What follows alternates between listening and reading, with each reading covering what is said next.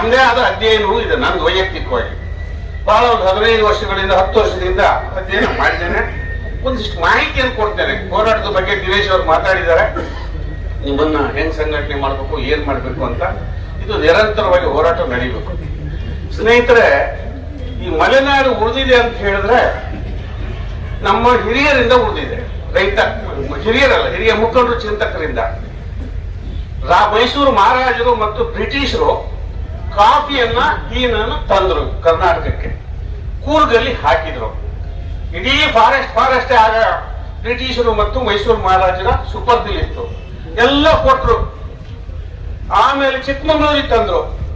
ಕೊಪ್ಪ, ಶೃಂಗೇರಿ, ತುಂಗಾ ನದಿ ಆಚೆ ತಂದ್ರು.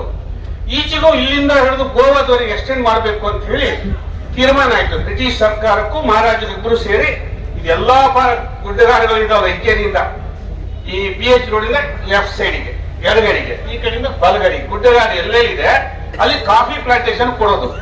ಅದು ಬ್ರಿಟಿಷ್ ಕಂಪನಿಗಳಿದ್ದಾಗ ಅವ್ರು ಹಾಕೋರು, ಮಹಾರಾಜರು ಕೊಡೋರು. ಆವಾಗ ಏನ್ ಮಾಡಿದ್ರು, ಈಗ ತೀರ್ಥಹಳ್ಳಿ ತಾಲೂಕು, ಹೊಸನಗರ ತಾಲೂಕು, ಸಾಗರ ತಾಲೂಕು ಮಾಡಬೇಕು. ಮೈಸೂರು ಮಹಾರಾಜರ ನೇರ ಆಡಳಿತದಲ್ಲಿ ಇದ್ದಾಗ, ಬ್ರಿಟಿಷ್ ಕಮಿಷನರ್ ಇದ್ದಾಗ ಆಯ್ತು ಅಂತ ರಾಜರು ಹೊರಟಿದ್ರು. ನಮ್ಮ ರೈತರಿಗೆ, ನಮ್ಮ ಮುಖಂಡರಿಗೆ ಹೇಳಿದ್ರು, ಕಾಫಿ ಮಾಡಿ ನಿಮ್ಗೆಲ್ಲ ಉದ್ಯೋಗ ಸಿಗುತ್ತೆ, ಸಮೃದ್ಧಿ ಆಗುತ್ತೆ, ದೇಶ ಉಳಿತದೆ, ಫಾರೆಸ್ಟ್ ಉಳಿತದೆ, ಆರ್ಥಿಕತೆ ಬೆಳೀತದೆ ಅಂತ ಹೇಳಿದ್ರು. ನಮ್ಮ ರೈತರು ಶಿವಮೊಗ್ಗದವರು, ತೀರ್ಥಹಳ್ಳಿಯವರು ಕುಂತು ಮಾತಾಡಿದ್ರು.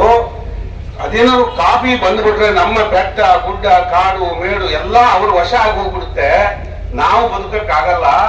ಏನ್ ಮಾಡೋದು?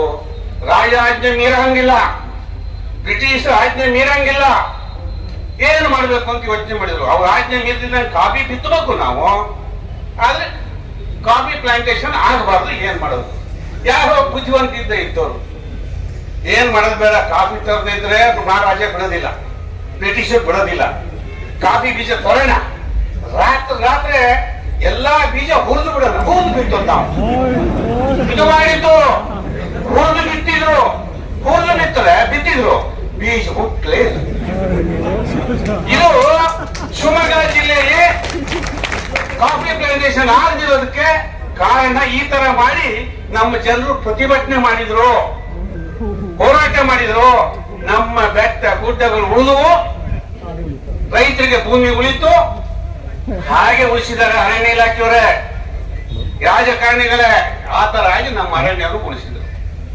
ಅದಾದ ಮೇಲೆ ಪ್ರಜಾಪ್ರಭುತ್ವ ಬಂದ ಮೇಲೆ ಬೇರೆ ಬೇರೆ ವೈಲ್ಡ್ ಲೈಫ್ ನಲ್ಲಿ ನಮಗೆ ಕೊಡಬಾರದು ತೊಂದರೆ ಕೊಡ್ತಿದ್ದಾರೆ. ಈಗಾಗಲೇ ರಸ್ತೆಗಳನ್ನ ಮಾಡಕ್ ಬಿಡೋದಿಲ್ಲ. ಬೇಗ ನೀಡಿ ರಸ್ತೆ ದುಡ್ಡು ಹಾಕಿದ್ರು ಮಾಡಕ್ಕಾಗಿಲ್ಲ. ಅಲ್ಲಿ ದೇವಸ್ಥಾನ ಇದೆಯಲ್ಲ ಪಕ್ಕದಲ್ಲೇ, ಭೀಮೇಶ್ವರಕ್ಕೆ ರಸ್ತೆ ಹಾಕಿದ್ವಿ, ಮಾಡಕ್ ಬಿಡ್ಲಿಲ್ಲ.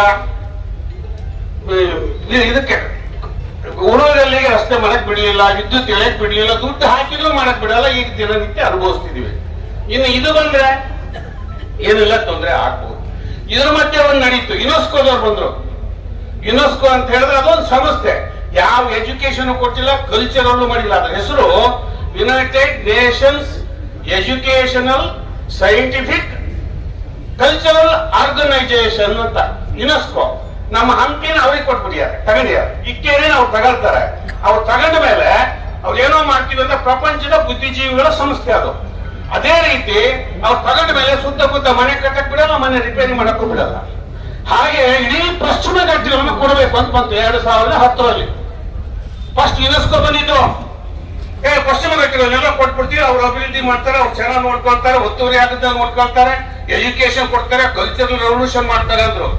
ಅಸೆಂಬ್ಲಿ ಒಳಗೆ ಇದು ದೊಡ್ಡಸ್ಗೆ ಹೇಳ್ತಾ ಇಲ್ಲ, ನಾನು ಯಾವತ್ತೂ ಹೇಳ್ಕೊಂಡಿಲ್ಲ. ನಾನೊಂದು ಪ್ರೈವೇಟ್ ಬಿಲ್ ಮೂವ್ ಮಾಡಿದೆ. ಇದು ಬಂದ್ರೆ ಕರ್ನಾಟಕದಲ್ಲಿ ರೈತರ ಸರ್ವ ನಾಶ ಆಗ್ತದೆ ಅಂತೇಳಿ ಖಾಸಗಿ ಬಿಲ್ ಅನ್ನ ಮಂಡನೆ ಮಾಡಿದೆ. ಇದೇ ವಿಧಾನಸಭೆಯಲ್ಲಿ ಒಂದು ನಿಮಿಷ ಮುಗಿಲಿಲ್ಲ. ಮಂಡನೆ ಮಾಡಿದ ಮೇಲೆ ಇದು ಹೌದು ಅಂತ ಒಪ್ಪಿ ಯಡಿಯೂರಪ್ಪನವ್ರ ಸರ್ಕಾರ ಸಹ ಇಡೀ ಪಕ್ಷಾತೀತವಾಗಿ ಕಿಮ್ಮನೆ ರತ್ನಾಕರ MLA ಅವರು ಮಾತಾಡಿದ್ದಾರೆ. ಇಡೀ ಪಕ್ಷಾತೀತ ಇಡೀ ರಾಜ್ಯದವರು MLAಗಳು ಮಾತಾಡಿ ಒಂದು ಇಡೀ ದಿನ ಚರ್ಚೆ ಆಗಿ ಯುನೆಸ್ಕೋವನ್ನ ರಿಜೆಕ್ಟ್ ಮಾಡಿದ್ವಿ. ಆದ್ರೆ ಆಯ್ದ ಜಾಗಗಳನ್ನು ಕೊಡ್ಬೋದು ಅಂತ ಆಮೇಲೆ ಮಾಡಿದ್ರು. ಇಡೀ ಪಶ್ಚಿಮ ಘಟ್ಟನೆ ಕೊಡಕ್ ಮಾಡಿದ್ರು. ನಾನು ತರಿಸ್ಕೊಡ್ತೇನೆ, ಯಾರಾದ್ರೂ ಓದೋರಿದ್ರೆ. ಯಾರ್ಯಾರ MLAಗಳು ಯಾವ್ಯಾವ ಮಂತ್ರಿಗಳು ಮಾತಾಡಿದ್ರು ಆ ಬಿಲ್ ಮೇಲೆ ಅಂತ. ನಾನು 1 ಗಂಟೆ ಮಾತಾಡಿದೆ. ಪ್ರಜಾವಾಣಿಲಿ ಫ್ರಂಟ್ ಪೇಜ್ ಅಲ್ಲಿ ಬಂತು. ಆಮೇಲೆ ಸಂಪಾದಕೀಯರು ವಿರೋಧ ಮಾಡಬಹುದು, ಅವ್ರ ಮೇಲೆ ಕೇಸ್ ಹಾಕ್ಬೇಕು ಅಂತ ನಾನು ಒಬ್ಬೊಬ್ಬಗೆ ಹೊರಟ್ವಿ. ಪ್ರಜಾವಣಿಯವ್ರ ಮೇಲೆ ಹಾಕೋದು ಚೆನ್ನಾಗಿರಲ್ಲ, ಬೇಡ ಅಂದ್ರು. ಇದು 2ನೇ ದಿನ ಆಯ್ತು. ಸಂಪಾದಕೀಯರು ಬಂದ್ರು, ಅದು ದೊಡ್ಡ ವಿಷಯ. ಹೀಗೆ ಯುನೆಸ್ಕೋದವ್ರನ್ನ ಹೊರಗಿಟ್ವಿ. ಈಗ ಈ ಭೂತ ಬಂತು 2013-14ರಲ್ಲಿ. ಇದು ಬಂದ್ರೆ ತುಂಬಾ ತೊಂದರೆ ಆಗುತ್ತೆ. 20,668 ಎಕರೆ ನಮ್ಮ ರಾಜ್ಯದಲ್ಲಿ, 1,449 ಹಳ್ಳಿ ಅಂದ್ರು. ಅದರಲ್ಲಿ ಶಿವಮೊಗ್ಗದೇ 446 ಹಳ್ಳಿಗಳು ಶಿವಮೊಗ್ಗದ್ದೇ. ಅದರಲ್ಲಿ 1,115 ಹಳ್ಳಿ, ಹೊಸನಗರದ್ದು 119, 234 ಹಳ್ಳಿ ನಮ್ಮ 2 ತಾಲೂಕಿಂದಿದೆ. ಗ್ರಾಮಗಳಲ್ಲಿ ಏನು ಮಜರೆ ಗ್ರಾಮ, ಅಕ್ಕ ಪಕ್ಕ ಎಲ್ಲ ಸೇರುತ್ತೆ. ಮತ್ತಿಕೊಪ್ಪ ಒಂದು ಗ್ರಾಮ, ಮತ್ತಿಕೊಪ್ಪಗೆ ಎಷ್ಟು ಗ್ರಾಮಗಳು ಸೇರಿದಾವೆ, ತೊಂದರೆ ಆಗುತ್ತೆ. ಅದಕ್ಕೆ ಏನ್ ಮಾಡಿದ್ರು ಅಂದ್ರೆ ಕೇರಳ ಮಾದರಿ ಮಾಡಿ, ಕೇರಳದಲ್ಲಿ 10,000 ಎಕರೆ ಅಂದಾಜು, 10,000 ಚಿಲ್ಲರೆ ಇದೆ, 11 ಇಲ್ಲ ಚದರ ಕಿಲೋಮೀಟರ್, 20,660 ಚದರ ಕಿಲೋಮೀಟರ್ ನಮ್ಮ ರಾಜ್ಯದ್ದು. 10,000ದಲ್ಲಿ ಅವರೆಲ್ಲ ಅಲ್ಲಿ ಗವರ್ಮೆಂಟ್, ಅಲ್ಲಿಯ ಸರ್ಕಾರಗಳು, ಗ್ರಾಮ ಪಂಚಾಯತಿ, ಜಿಲ್ಲಾ ಪಂಚಾಯತ್, ಸರ್ಕಾರ ಒಂದಾಗಿ, ಅಲ್ಲಿಯ ನೌಕರಶಾಹಿ ಒಂದಾಗಿ ನಾವು ಉಳಿಸ್ಕೋಬೇಕು ನಮ್ಮ ರಾಜ್ಯದ ಭೂಮಿನ ಅಂತ ಹೇಳಿ ಅವರು ಫಿಸಿಕಲ್ ಸರ್ವೆ ಮಾಡಿದ್ರು, ಪ್ರಾಕ್ಟಿಕಲ್ ಸರ್ವೆ ಮಾಡಿದ್ರು. ಯಾವುದು ರಸ್ತೆ, ಆ ರಸ್ತೆ ಆ ಕಡೆ ಈ ಕಡೆ ಬಿಡಬೇಕು, ಯಾವುದು ಶಾಲೆ ಆಟದ ಮೈದಾನಕ್ಕೆ ಬಿಡಬೇಕು, ಗುಡಿ ಗೋಪುರಗಳಿಗೆ ಬಿಡಬೇಕು, ಮಠ ಮಾನ್ಯಗಳಿಗೆ ಬಿಡಬೇಕು, ಆಸ್ಪತ್ರೆಗೆ ಬಿಡಬೇಕು, ಕೊಲೆ ಹಳ್ಳ ಹರಿದ್ರೆ ಆಚೆಗಷ್ಟು ಈಚೆಗಷ್ಟು ಬಿಡಬೇಕು, ಬಫರ್ ಜೋನ್ ಅಂತ ಕರಿತೇವೆ. ಹಾಗೆ ಮಾಡಿ 4,000 ಎಕರೆನ ಅದರ ಡಿಲಿಮಿಟೇಷನ್ ಮಾಡಿಕೊಂಡು 5,000 ಚಿಲ್ಲರೆ ಎಕರೆಗೆ ಅವ್ರು ಒಪ್ಕೊಂಡಿದ್ದಾರೆ. ಅದನ್ನ ಕೇಂದ್ರ ಸರ್ಕಾರ ಒಪ್ಕೊಂಡಿದೆ. ಈಗಲೂ ಹಾಗೆ ಮನೆ ಹೋಗಿ ವರದಿ ಮಾಡಿದ್ರು, ಕೇರಿಗೆ ಹೋದ್ರು. ಅಲ್ಲಿಯ ಸರ್ಕಾರಿ ನೌಕರರು ಅಷ್ಟೇ ಸಹಕರಿಸಿದ್ರು, ಅರಣ್ಯ ಇಲಾಖೆಯವರು ಸಹಕರಿಸಿದ್ರು, ಮತ್ತೆ ರೆವಿನ್ಯೂ ಇಲಾಖೆಯವರು ಎಲ್ಲ ಸೇರಿ ಒಂದಾಗಿ ಮಾಡಿದ್ರು. ಈಗ ನಮ್ಮ ರಾಜ್ಯದಲ್ಲಿ ಈಗ ಒಳ್ಳೆ ಮೂವ್ಮೆಂಟ್ ಆಗ್ತಾ ಇದೆ. ಜಿಲ್ಲಾ ಉಸ್ತುವಾರಿ ಸಚಿವರು ಹೇಳಿದ್ದಾರೆ, ಶಾಸಕರು ಹೇಳ್ತಾ ಇದ್ದಾರೆ, ಬೇರೆ ಬೇರೆ ಕೋಆಪರೇಟಿವ್ನವರು ಹೇಳ್ತಿದ್ದಾರೆ, ಮುಖ್ಯಮಂತ್ರಿಗಳೇ ಒಂದು ಹೆಜ್ಜೆ ಮುಂದೋಗಿ ಅಧಿವೇಶನ ಕರೀತೀನಿ ಅಂತ ಹೇಳಿದ್ದಾರೆ. ಮಾಡಬೇಕು, ಮಾಡಿದ್ರೆ ಒಟ್ಟಾರೆ ರಿಜೆಕ್ಟ್ ಮಾಡಿದ್ರೆ ಮತ್ತೆ ಬರುತ್ತೆ. ನಾವು ಮಾಡಿದ್ದೇವೆ, ಒಟ್ಟಾರೆ ರಿಜೆಕ್ಟ್ ಮಾಡಿ ನೋಡಿದ್ದೇವೆ, ಮತ್ತೆ ಬರುತ್ತೆ. ಯಾವುದಕ್ಕೆ ಮಾಡಬೇಕು, ಯಾವುದಕ್ಕೆ ಮಾಡಬಾರ್ದು, ಫಿಸಿಕಲ್ ಸರ್ವೆ ಆದ್ರೆ ಇದು ಆಗ್ತದೆ ಸ್ನೇಹಿತರೆ. ಹಂಗೆ ರಿಜೆಕ್ಟ್ ಮಾಡಿದ್ರೆ ಅದು ಗೋವಾದೊಂದು ಸಂಸ್ಥೆ ಇದೆ, ಕೇಸ್ ಹಾಕ್ತವರು, ಅದು ಸುಪ್ರೀಂ ಕೋರ್ಟ್ ಅಲ್ಲಿ ಇದೆ, ಅದು NGTಗೆ ರೆಫರ್ ಮಾಡಿದೆ, NGT ಅವರು ಬಿಡೋದಿಲ್ಲ. ಈ ತರ ನಮ್ದೊಂದಿಷ್ಟು ಇದೆ. ಹಾಗಾಗಿ ಇದು ಪ್ರಾಕ್ಟಿಕಲ್ ಇಲ್ಲ. ಜನವಸತಿಗಳಿದಾವೆ, ಶಾಲೆಗಳಿದಾವೆ, ಕಾಲೇಜುಗಳಿದಾವೆ, ನೀರಿನ ಮೂಲಗಳಿದಾವೆ, ಅವೆಲ್ಲವನ್ನ ಬಿಟ್ಟು ಈ 20,000 ಎಕರೆ ಒಂದು 6,000 ಎಕರೆಗೆ ತಂದ್ರೆ ಇಳಿಸಿದ್ರೆ ಇನ್ನು 14,000ದಲ್ಲಿ ನಾವೆಲ್ಲ ಇದ್ದೀವಿ. ಕೆರೆ ತೊರೆಗಳಿದ್ದಾವೆ, ಹೊಳೆ ಹಳ್ಳಗಳಿದ್ದಾವೆ, ಮುಳುಗಡೆ ಜಾಗ ಇದೆ, ಡ್ಯಾಮ್ಗಳಿದಾವೆ, ಅವೆಲ್ಲ ಬಿಟ್ಟು ಮಾಡಿದ್ರೆ ಆಗ್ತದೆ.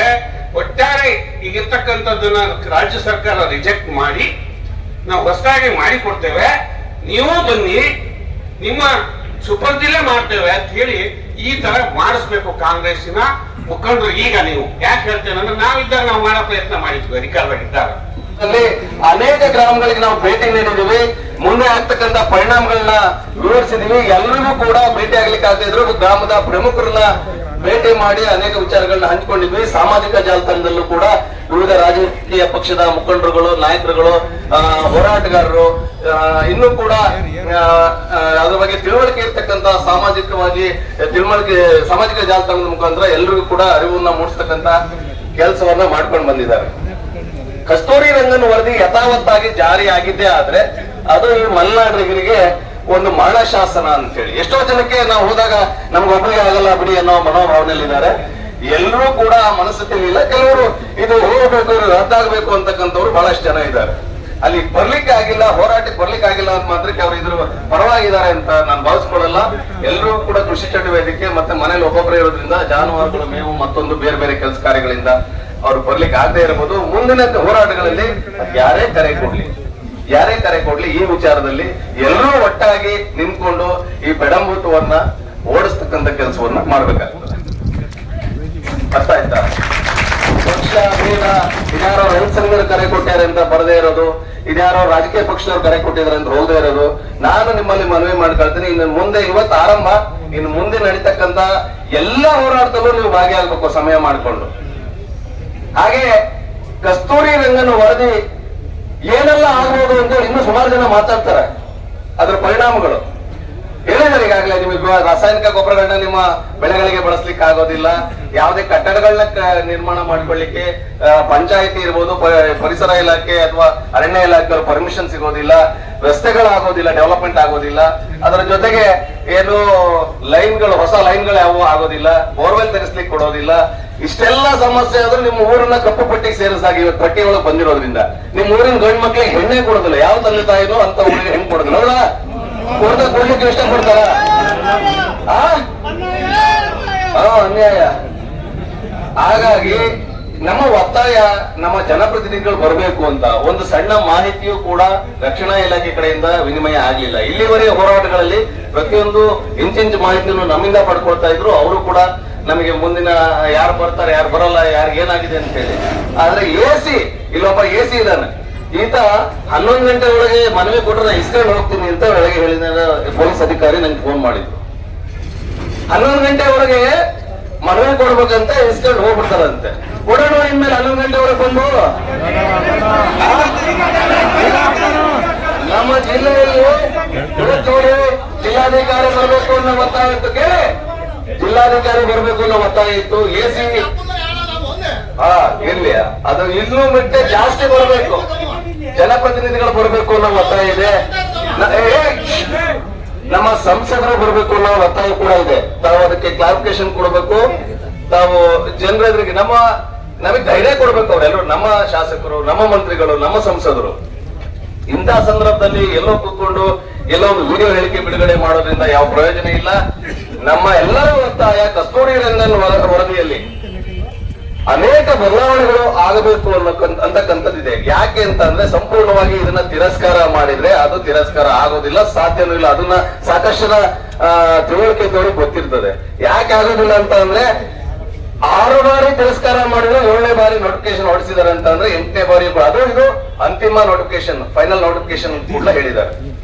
ನಾವು ಕೇಳ್ಕೊಳ್ಬೇಕಾಗಿರ್ತಕ್ಕಂಥದ್ದು ಪಶ್ಚಿಮ ಘಟ್ಟಗಳು ಕೂಡ ನಮಗೆ ಅಷ್ಟೇ ಮುಖ್ಯವಾದದ್ದು. ನಾವೀಗ ಆಗಾಗಲೇ ಅದನ್ನು ಉಳಿಸ್ಕೊಂಡಿದ್ದೀವಿ. ಎಲ್ಲಾ ಪರಿಸರವನ್ನು ಕೂಡ ನಾವು ಈ ಭಾಗದಲ್ಲಿ ಹಾಗೆ ಜೋಪಾನವಾಗಿ ಕಾಪಾಡ್ಕೊಂಡಿದ್ದೀವಿ.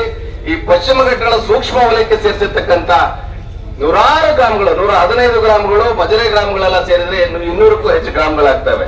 ಈ ಎಲ್ಲಾ ಗ್ರಾಮಗಳಲ್ಲಿ ಮತ್ತೊಮ್ಮೆ ಸರ್ವೆ ಆಗಬೇಕು. ಸರ್ವೆ ಕಾರ್ಯ ನಡೆಸಿ ಜನವಸತಿ ಪ್ರದೇಶವನ್ನ ಗುರುತಿಸಬೇಕು, ನಮ್ಮ ಕೃಷಿ ಪ್ರದೇಶವನ್ನ ಗುರುತಿಸಬೇಕು. ಅದನ್ನೆಲ್ಲ ಹೊರಗಿಟ್ಟು ಈ ವರದಿಯನ್ನ ಜಾರಿ ಮಾಡಿಕೊಳ್ಬೇಕು ಅಂತಕ್ಕಂಥ ಒತ್ತಾಯವನ್ನು ಕೂಡ ನಾವು ನಮ್ಮ ಮನವಿಯಲ್ಲಿ ಮಾಡ್ಕೊಂಡಿದ್ದೇವೆ. ಈ ಒಂದು ಹೋರಾಟ ಇವತ್ತು ಬಹಳ ದೊಡ್ಡ ಸಂಖ್ಯೆಯಲ್ಲಿ ಎಲ್ಲ ಕಡೆಯಿಂದ ರೈತರು ಬರೋದಕ್ಕೆ ಸಾಧ್ಯ ಆಗಿದೆ. ಈ ಜನ ವಿರೋಧಿ, ರೈತ ವಿರೋಧಿ ಹೋರಾಟದ ನಾಯಕತ್ವವನ್ನು ವಹಿಸಿರ್ತಕ್ಕಂಥ ದಿನೇಶ್ ನಿರ್ವಾಳ ಮತ್ತು ಅವರೆಲ್ಲ ತಂಡಕ್ಕೆ ಮೊದಲನೇದಾಗಿ ಅಭಿನಂದನೆಯನ್ನು ಸಲ್ಲಿಸ್ತಾರೆ. ಮೊದಲನೇ ಬಾರಿ ಸಾಗರದಲ್ಲಿ 2016ರಲ್ಲಿ ಸಿಂಗಂದೂರಿಂದ ಸಾಗರದವರೆಗೆ ಶಿವಮೊಗ್ಗ ಜಿಲ್ಲಾ ರೈತ ಸಂಘ ಮತ್ತು ಕಾರ್ಮಿಕ ಸಂಘದ ಅಡಿಯಲ್ಲಿ ಪಾದಯಾತ್ರೆ ನಡೆದಿತ್ತು. ಅವತ್ತು ಕಾಮರ್ ತಿಮ್ಮಪ್ಪನವರು ಸ್ಪೀಕರ್ ಆಗಿದ್ದು ಚಾಲನೆಯನ್ನು ಕೊಟ್ಟಿದ್ರು. ಇವತ್ತೂ ಸಹಿತ 2026, 2016 ಇವತ್ತು ಆ ಪಾದಯಾತ್ರೆಗೆ ಚಾಲನೆಯನ್ನು ಕೊಟ್ಟಿದ್ದಾರೆ. ಮಾಜಿ ಸಚಿವರಾಗಿ, ಹಿರಿಯರಾಗಿ, 95 ವರ್ಷದ ವಯೋವೃದ್ಧರಾಗಿ ಇವತ್ತು ಚಾಲನೆಯನ್ನು ಕೊಟ್ಟಿದ್ದಾರೆ.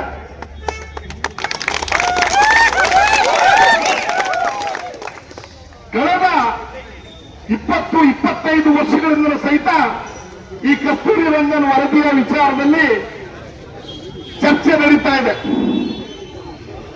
ಮೊದಲು ಗಾಡ್ಗಿಲ್ ವರದಿ ಅಂತೇಳಿ ಇಡೀ ಪಶ್ಚಿಮ ಘಟ್ಟದ ಪೂರ್ಣ ಪ್ರದೇಶವನ್ನ ಸೇರಿಸಿದ್ರು. ಅದು ಸಂಪೂರ್ಣವಾದ ಜನವಿರೋಧಿ, ಇನ್ನೂ ಹೆಚ್ಚು ಜನವಿರೋಧಿ ಅಂತೇಳಿ ಕಸ್ತೂರಿ ರಂಗನ್ ವರದಿನ ತಯಾರು ಮಾಡೋದಕ್ಕೆ ಕೊಟ್ಟರು. ಕಸ್ತೂರಿ ರಂಗನ್ ವರದಿ, ಕಸ್ತೂರಿ ರಂಗನ್ ಅನ್ನೋ ವ್ಯಕ್ತಿಗೆ ಅವರು ಈ ವರದಿಯನ್ನ ತಯಾರು ಮಾಡಿದ್ರು 2 ವರ್ಷದಲ್ಲಿ. ಏನಿವತ್ತು ಪಶ್ಚಿಮ ಘಟ್ಟ ವ್ಯಾಪ್ತಿಯ 33ರಷ್ಟು ಪ್ರದೇಶವನ್ನ ಈ ಪ್ರದೇಶಕ್ಕೆ ನೇರವಾಗಿ ಒಳಪಡುವ ಹಾಗೆ ಮಾಡಿದ್ರು. ಪಶ್ಚಿಮ ಘಟ್ಟಗಳೇನಿಲ್ಲವೆ ಅದರಲ್ಲಿ 33% ಅಷ್ಟು ನೇರವಾಗಿ ಅಳವಡಿಸಿದ್ರು. ಉಳಿದಂತ ಪ್ರದೇಶವನ್ನ ಗ್ರೀನ್ ಬೆಲ್ಟ್ ಅಂತ ಹೇಳಿ, ಅಂದ್ರೆ ಈ ಕಸ್ತೂರಿ ರಂಗನ್ ವರದಿ ಬಂದಂತ ಗ್ರಾಮ ಏನಿದೆಯಲ್ಲ, ಗ್ರಾಮ ಆ ಗ್ರಾಮದಿಂದ 10 ಕಿಲೋಮೀಟರ್ ವ್ಯಾಪ್ತಿ ಗ್ರೀನ್ ಬೆಲ್ಟ್ ಅದಕ್ಕೇನೇನು ಅನ್ವಯಿಸುತ್ತೋ ಆ ಗ್ರಾಮಕ್ಕೆ ಕಸ್ತೂರಿ ರಂಗನ್ ವರದಿಯ ಗ್ರಾಮಕ್ಕೆ ಏನೇನು ಅನ್ವಯಿಸುತ್ತೋ ಉಳಿದಂತ ಪಕ್ಕದಲ್ಲಿರ್ತಕ್ಕಂಥ ಗ್ರಾಮ ಅಂದ್ರೆ 10 ಕಿಲೋಮೀಟರ್ ವ್ಯಾಪ್ತಿ ಅಂದ್ರೆ ಎಲ್ಲಿ ತನಕ ಬರುತ್ತೆ? ಅಲ್ಲಿ ಆ ಗಡಿಯಿಂದ 10 ಕಿಲೋಮೀಟರ್ ಅಂದ್ರೆ ಮತ್ತೊಂದು ಗ್ರಾಮನು ಬರದೆ. ಪಾಪ ಅವ್ರು ಯಾರು ಬರಲಿಲ್ಲ, ನಾವೆಲ್ಲ ಆರಾಮಾಗಿದ್ದೀವಿ, ನಾವು ಬಚಾವಾಗ್ಬಿಟ್ಟಿದೀವಿ. ಹಂಗಾಗಿ ಅವ್ರು ಯಾರು ಬರಲಿಲ್ಲ. ಅವರೂ ಸಹಿತ 10 ಕಿಲೋಮೀಟರ್ ವ್ಯಾಪ್ತಿಯವರೂ ಸಹಿತ ಈ ಕಂಡೀಷನ್ ಒಳಗಡೆ ಬರ್ತಾರೆ ಅಂತಕ್ಕಂಥದ್ದನ್ನು ನಾವೆಲ್ಲರೂ ನೆನ್ಪಿಡ್ಕೋಬೇಕು. ಅನೇಕ ಜನ ಮುಖಂಡರು, ಜಿಲ್ಲಾ ಪಂಚಾಯತ್ ಸದಸ್ಯರು, ಕೇಂದ್ರದ ಮಂಡಳಿಯ ಸದಸ್ಯರು, ಮಾಜಿ ತಾಲೂಕು ಪಂಚಾಯಿತಿಯ ಅಧ್ಯಕ್ಷರು, ದಿಶಾ ಸಮಿತಿಯ ಸದಸ್ಯರು ಅನೇಕರು ಈ ಹೋರಾಟವನ್ನು ಬೆಂಬಲಿಸಿದ್ದಾರೆ. ಅವರೆಲ್ಲರೂ ಮಾತಾಡೋರಿದ್ದಾರೆ.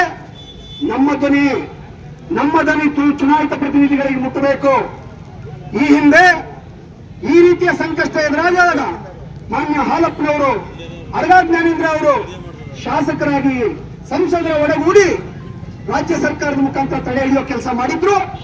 ಅದನ್ನ ಇವತ್ತು ರೈತ ಸಂಘದ ಹೋರಾಟದ ಮುಖಾಂತರ ರೈತರಿಗೆ ಭದ್ರತೆಯನ್ನ, ರಕ್ಷಣೆಯನ್ನ ಕೊಡಬೇಕು ಅಂತ ಹೇಳಿ ಆಗ್ರಹಿಸೋಣ. ನಮ್ಮ ಧ್ವನಿ ಇವತ್ತು ಹೊಡ್ಕೊಂಡ್ರೆ ನಮ್ಮ ಮುಂದಿನ ಪೀಳಿಗೆಯ ಭವಿಷ್ಯ ಇರುತ್ತೆ. ನೀವು ಇವತ್ತು ಒಟ್ಟಾಗಿ ಬಂದಿರೋದು ಹೋರಾಟದ ಗೆಲುವು, ರೈತ ಸಂಘದ ಗೆಲುವು, ರೈತ ಸಂಕುಲದ ಗೆಲುವು. ಇದನ್ನ ಒಗ್ಗಟ್ಟನ್ನ ಕಾಪಾಡಿಕೊಂಡು ಒಗ್ಗಟ್ಟಾಗಿ ಹೋರಾಟ ಮಾಡೋಣ ಅಂತ ವಿನಂತಿ ಮಾಡಿ ಅನೇಕರು ಮಾತನಾಡೋರಿದ್ದಾರೆ. ನಾವು ಯಾರು ಹಾಡು ಹೇಳೋರಿಲ್ಲ. ಕುರುಡು ಕಿವುಡು ಸರ್ಕಾರಗಳಿಗೆ ನಮ್ಮ ಧ್ವನಿ, ಅನ್ನದಾತನ ಧ್ವನಿ, ಅನ್ನದಾತನ ಕಣ್ಣೀರು, ಅನ್ನದಾತನ ಬೆವರು ತಟ್ಟಬೇಕು, ತಲುಪಬೇಕು. ಆ ರೀತಿಯಲ್ಲಿ ಹೋರಾಟ ಮಾಡೋಣ ಅಂತ ವಿನಂತಿ ಮಾಡಿ ಮತ್ತೊಮ್ಮೆ ದಿನೇಶ್ ಅವರ ಇಲ್ಲಿಯ ಅಧ್ಯಕ್ಷರ ನೇತೃತ್ವದ ಹೋರಾಟಕ್ಕೆ ಬೆಂಬಲಿಸಿ. ಇಲ್ಲಿ ರಾಜಕಾರಣ ಬೇಡ. ನಾಳೆ ನಾಡಿದ್ದು ಯಾರ್ದು ಹೋರಾಟ ಇದೆ ಅನೇಕದ್ದು, ಅವರು ಕೂಡ ಇವತ್ತು ಭಾಗಿಯಾಗಬೇಕಿತ್ತು ಅಂತ ನಾನು ವಿನಂತಿ ಮಾಡ್ತೀನಿ. ಇದು ರೈತ ಜಾತಿಯ, ರೈತ ಪಕ್ಷದ, ರೈತ ಧರ್ಮದ ಹೋರಾಟ. ಇದು ಅವರು ಭಾಗವಹಿಸಿದ್ರೆ ಈ ಹೋರಾಟಕ್ಕೆ ಶಕ್ತಿ ಬರಬೇಕಿತ್ತು. ನಾವು ಇದರಲ್ಲಿ ತಾರತಮ್ಯ ರಾಜಕಾರಣದ ಬೇಳೆ ಬೇಯಿಸ್ಕೊಳ್ಳೋದು ಬೇಡ. ರೈತರನ್ನ ಹಿತವನ್ನು ಕಾಪಾಡೋಣ ಅಂತ ವಿನಂತಿ ಮಾಡಿ ಅವಕಾಶಕ್ಕಾಗಿ ನಮ್ಮ ಅಡಿಕೆ ತೋಟಕ್ಕೆ ನಾವು ಕೊಳೆ ಔಷಧಿ ಹೊಡೆಯೋದಕ್ಕಾಗಲ್ಲ, ನಮ್ಮ ಗದ್ದೆಗೆ ನಾವು ಗೊಬ್ಬರ ಹಾಕೋದಕ್ಕಾಗಲ್ಲ. ಪರಿಸರ ಸೂಕ್ಷ್ಮ ವಲಯ ಅಂತಂದ್ರೆ ಈ ಎಲ್ಲ ಅಪಾಯಗಳಿದೆ. ಜಯಂತಣ್ಣ ಹೇಳಿದ್ರಲ್ಲ, ನಮ್ಮ ಹೊಳೆಗೆ ನಾವು ಅಡ್ಡ ಕಟ್ಟೋದಕ್ಕಾಗಲ್ಲ, ನೀರು ಹಂಚ್ಕೊಳ್ಳೋದಕ್ಕಾಗಲ್ಲ. ನಮ್ಮ ದನಕರುಗಳು ಕಾಡಿಗೆ ಮೇಯೋದಕ್ಕೆ ಹೋಗೋದಕ್ಕಾಗಲ್ಲ. ಎಲ್ಲಾ ರೀತಿಯಲ್ಲೂ ಕೂಡ ಬದುಕು ಬಹಳ ದುಸ್ತರ ಆಗುತ್ತೆ. ಬರೀ ಇದು ನೋಟಿಫಿಕೇಶನ್ ಮಾಡಿದ ಹಳ್ಳಿನ ಅಂತ ಅಂದ್ರೆ ಈ 146 ಹಳ್ಳಿ, 126 ಹಳ್ಳಿ ಸಾಗೋದಿದೆಯಲ್ಲ, ಇಷ್ಟಕ್ಕೆ ಸೀಮಿತ ಆಗಲ್ಲ. ಏನ್ ಮಾಡ್ತಾರೆ ಇವರು ಅಂತಂದ್ರೆ, ನಾವು ಬೇರೆ ಬೇರೆ ನೋಟಿಫಿಕೇಶನ್ ಅಲ್ಲಿ ನೋಡಿದೀವಿ. ಲಾಸ್ಟಿಗೆ ಒಂದು ವರ್ಡ್ ಸೇರಿಸ್ಬಿಡ್ತಾರೆ ಈ ತರದ ಕಾನೂನು ಮಾಡುವಾಗ. ಏನ್ ಪರಿಸರ ಸೂಕ್ಷ್ಮ ವಲಯ ಅಂತ ಬಾರ್ಡರ್ ಇದೆ, ಆ ಬಾರ್ಡರ್ ಇಂದ 10 ಕಿಲೋಮೀಟರ್ ವರೆಗೂ ಈ ಕಾಯ್ದೆ ಅನ್ವಯ ಆಗುತ್ತೆ ಅಂತ ಹೇಳಿ. ಅಂದ್ರೆ ಯಾವ ಹಳ್ಳಿ ಹೆಸರನ್ನು ಹಾಕಿರಲ್ಲ.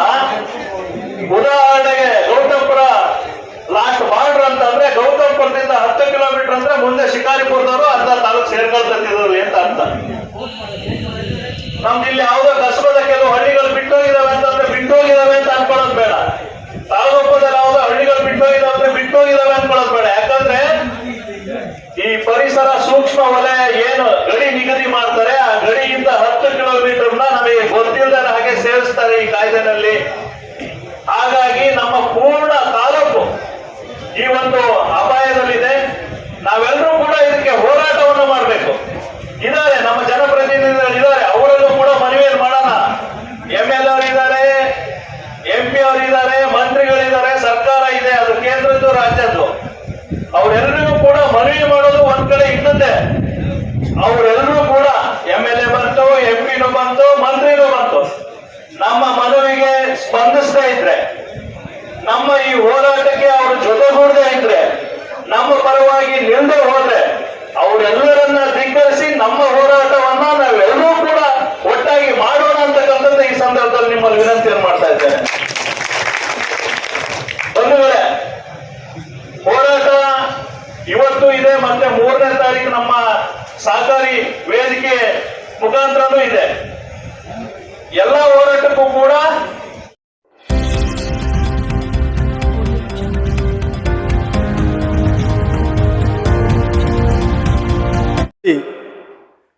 ಶಿವಮೊಗ್ಗ ಜಿಲ್ಲಾ ವರದಿನ ವಾಪಸ್ ಪಡಿಬೇಕು ಅಂತೇಳಿ ಅವರು ಲೋಕಸಭೆಗೆ ದೊಡ್ಡ ಚರ್ಚೆ ಮಾಡಿ ನಮಗೆ ಖಂಡಿತ ಶಿವಮೊಗ್ಗ ಜಿಲ್ಲೆಗೆ ಯಾವುದೇ ಕಾರಣಕ್ಕೂ ಕಸ್ತೂರಿ ರಂಗನ್ ವರದಿ ನಾ ಮಾಡಕ್ ಕೊಡೋದಿಲ್ಲ ಅಂತೇಳಿ ಅವರು ಗಟ್ಟಿ ವಾಯ್ಸ್ ಮಾಡಬೇಕು ಅನ್ನೋದಕ್ಕಾಗಿ 1ನೇ ತಾರೀಕು ಅವ್ರ ಮನೆ ಮುಂಭಾಗ ನಾನು ಉಪವಾಸ ಸತ್ಯಾಗ್ರಹ ಚಾಲೂ ಮಾಡ್ತಾ ಇದ್ದೀನಿ. ದಯಮಾಡಿ ಇದನ್ನ ಶಿವಮೊಗ್ಗ ಜಿಲ್ಲಾದ್ಯಂತ ನೀವು ಪತ್ರಿಕಾ ವರದಿ ಮಾಡ್ಬೇಕು ಅಂತೇಳಿ ನಾನು ಈ ದಿನ ಪತ್ರಿಕಾ ಭವನದಾಗೆ ಪತ್ರಿಕಾ ವರದಿ ಮಾಡ್ತಾ ಇದ್ದೀನಿ.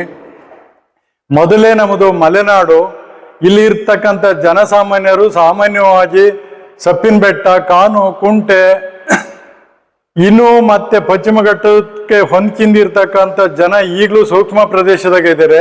ಮುಂದೆ ಕಸ್ತೂರಿ ರಂಗನ್ ವರದಿ ಏನಾದ್ರು ಜಾರಿ ಆದರೆ ನಮ್ಮ ಸಾಗರ ತಾಲೂಕು ಅಭಿವೃದ್ಧಿ ಕುಂಠಿತ ಆಗತಿ. ಸಪ್ಪಿನ ಬೆಟ್ಟ ಮತ್ತೆ ಕಾನುಕುಂಟೆ ಇಂಥದ್ರಲ್ಲೆಲ್ಲ ಮನೆ ಕಟ್ಕಿಂದಂತ ರೈತರು ಮುಂದೆ ಯಾವುದೇ ಡೆವಲಪ್ಮೆಂಟಿಗೂ ಅವಕಾಶ ಸಿಗೋದಿಲ್ಲ. ದಯಮಾಡಿ ನಾವು ಇವಾಗ ಸಾಕಷ್ಟು ಹೋರಾಟ ಮಾಡ್ತಾ ಇದ್ದೀವಿ ನಿಜ, ಆದರೆ ನಮಗೆ ಆಗಿ ಒಂದು ಪ್ರತಿನಿಧಿ ಆಯ್ಕೆ ಮಾಡಿದ್ದೀವಿ ನಾವು ಈಗ ಲೋಕಸಭೆ ಸದಸ್ಯರನ್ನ.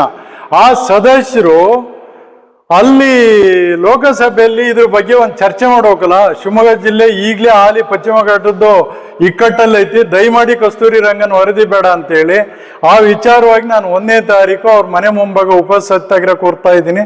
ದಯಮಾಡಿ ಇದನ್ನ ಪ್ರಚಾರಗೊಳಿಸ್ಕೊಡ್ಬೇಕು. ಲೋಕಸಭೆ ಸದಸ್ಯರು ಸಮೇತ ಈ ವರದಿನ ನಾನು ಕೈ ಬಿಡ್ತೀನಿ ಅಂತ ಹೇಳಿ ಅವರು ನಮಗೆ ಆಶ್ವಾಸನೆ ಕೊಡಬೇಕು ಅಂತ ಹೇಳಿ ಈ ವರದಿ ಮಾಡ್ತಾ ಇದ್ದೀನಿ. ಜೈ ಹಿಂದ್, ಜೈ ಕರ್ನಾಟಕ. ಸಂಯುಕ್ತ ರೈತ ಸಂಘ ಸಾಗರ ತಾಲೂಕ್ ಅಧ್ಯಕ್ಷ ಎಂ ಭೀಮಂಜಪ್ಪ ಹಿರೇನಲ್ಲೂರು.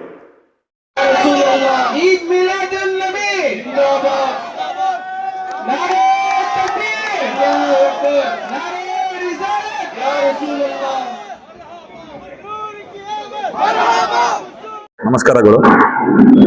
ತಮಗೆ ತಿಳಿದಿರುವಂತೆ 1501ನೇ ಈದ್ ಮಿಲಾದ್ ಮೆರವಣಿಗೆ ಅತಿ ವಿಜೃಂಭಣೆಯಿಂದ ಶಾಂತಿಯುತವಾಗಿ ನಡೆಯಿತು. ಇದಕ್ಕೆ ಸಹಕರಿಸಿದ ಎಲ್ಲ ಪತ್ರಕರ್ತರ ಮಿತ್ರರಿಗೆ ಹಾಗೂ ಸಾಗರದ ಜನರಿಗೆ ಮತ್ತು ಮುಸ್ಲಿಮರ ಎಲ್ಲರಿಗೂ ಹೃದಯಪೂರ್ವಕ ವಂದನೆಗಳು. ಈ ಮೆರವಣಿಗೆಯಲ್ಲಿ ಒಂದು ಹೃದಯಸ್ಪರ್ಶಿ ಘಟನೆ ನಮಗೆ ಬಂದಿದಂದ್ರೆ, ನಮ್ಮ ಸಹಸ್ರಾರು ಮುಸ್ಲಿಂ ಬಾಂಧವರು, ಮಹಿಳೆಯರು ನಮ್ಮ ಅಶೋಕ ರಸ್ತೆ, ಮಾರಿಕಾಂಬ ರಸ್ತೆ, ಆಯ್ತಪ್ಪ ವೃತ್ತ, ಮಾರ್ಕೆಟ್ ರಸ್ತೆ, ಇದೇ ರೀತಿ ಸ್ವರ್ಬಾಸ್ ರಸ್ತೆ, ಈ ರಸ್ತೆಯಲ್ಲಿ ಸಹಸ್ರಾರು ಮುಸ್ಲಿಂ ಮಹಿಳೆಯರು ಮತ್ತು ಯುವಕರು, ಮುಸ್ಲಿಂ ವೃದ್ಧರು, ಎಲ್ಲ ನಮ್ಮ ಹಿಂದೂ ಬಾಂಧವರ ಅಂಗಡಿಗಳಲ್ಲಿ ನಿಂತರೂ ಅವರು ಸಹಕರಿಸಿದ ರೀತಿ ನಮಗೆ ಹೃದಯಸ್ಪರ್ಶವಾಗಿ ಬಂದಿದೆ. ಎಲ್ಲಾ ಅಶೋಕ ರಸ್ತೆಯ ಮತ್ತೆ ನಮ್ಮ ಮಾರ್ಕೆಟ್ ರಸ್ತೆಯ ವರ್ತಕರ ಸಂಘಕ್ಕೆ ನಮ್ಮ ಹೃದಯಪೂರ್ವಕ ಅಭಿನಂದನೆಗಳನ್ನು ಸಲ್ಲಿಸ್ತೀವಿ.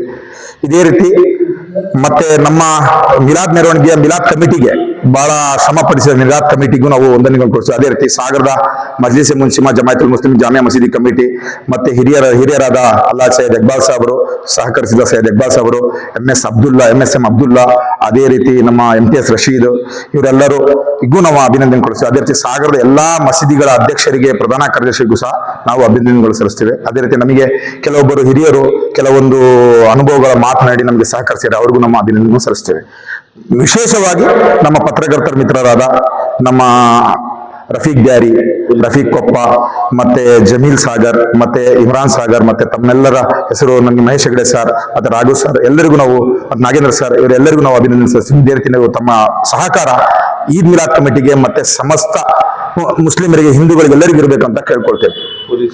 ಮತ್ತೆ ಹಾಗೂ ಸಂಪೂರ್ಣವಾಗಿ ರಕ್ಷಣೆ ನೀಡಿ ಸಹಕರಿಸಿದ ನಮ್ಮ ಪೊಲೀಸ್ ಇಲಾಖೆಯ ಸಿಬ್ಬಂದಿಗಳ DSP ಸರ್ ಅವರಿರ್ಬೋದು, ಮತ್ತೆ ಸರ್ಕಲ್ ಇನ್ಸ್ಪೆಕ್ಟರ್ ಅವರಿಗೆಲ್ಲರಿಗೂ ಮತ್ತು ಸಿಬ್ಬಂದಿ ವರ್ಗಕ್ಕೆ ಅಭಿನಂದನೆ ಸಲ್ಲಿಸ್ತೇನೆ. ಕೊನೆಯಲ್ಲಿ ಒಂದು ಮಾತು ಹೇಳ್ತೀನಿ, ಬಾ ಗೆಳೆಯ ಬಾ, ಒಂದಾಗೋಣ ಬಾ, ನಾವೆಲ್ಲ ಭಾರತೀಯರು ಒಂದೇ ತಾಯಿಯ ಮಕ್ಕಳು. ಜೈ ಹಿಂದ್, ಜೈ ಕರ್ನಾಟಕ.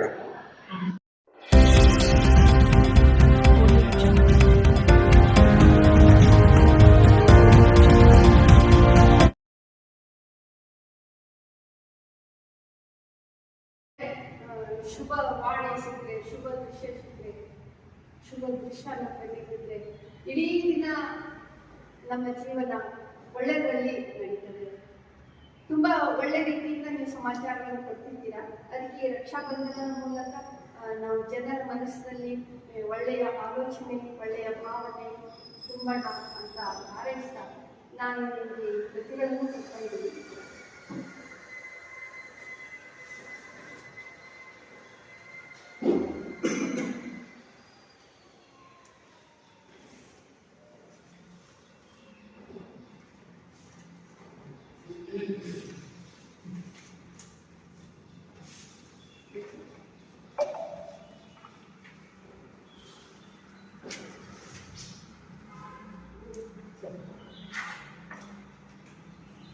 ಬರೆದಿರುವಂತಹ ಈ ವಿಷಯವನ್ನ ನೀವು ಚೆನ್ನಾಗಿ ಗಮನಿಸಿ ಆಲಿಸಿ ಇದನ್ನು ಸಮಾಜದ ಜನರಿಗೆ ಯಾವ ರೀತಿ ಮುಗಿಸ್ತೀರಾ. ನೀವು ನಮ್ಮನ್ನೇನು ಹೈಲೈಟ್ ಮಾಡೋದು ಬೇಡ, ನನಗೆ ಪ್ರಚಾರ ಬೇಡ, ಶಾಲೆಗಳು ಪ್ರಚಾರ ಆಗತ್ತೆ ಇಲ್ಲ. ಜನರ ಮನಸ್ಸಿನಲ್ಲಿ ದುರ್ಭಾವನೆ ದುಶ್ಚಟಗಳಿಂದ ಮುಕ್ತಿ ಹೊಂದುವಂತಹ ಒಂದು ಆರ್ಟಿಕಲ್ ಅನ್ನ ಪತ್ರಿಕೆಗಳಿಗೆ ಕೊಡ್ತೀರಾ ಅಂತ ಆಶಿಸ್ತಾ ಮತ್ತು ನಿಮ್ಮ ಶುಭ ಹಾರೈಕೆ ನಮ್ಮೊಂದಿಗೆ ಇರಿ. ನಾವು ಆದಷ್ಟು ನಾವು ಸಮಾಜ ಸೇವೆಯಲ್ಲಿ ನಮ್ಮನ್ನು ತೊಡಗಿಸ್ಕೊಂಡಿದ್ದೀವಿ.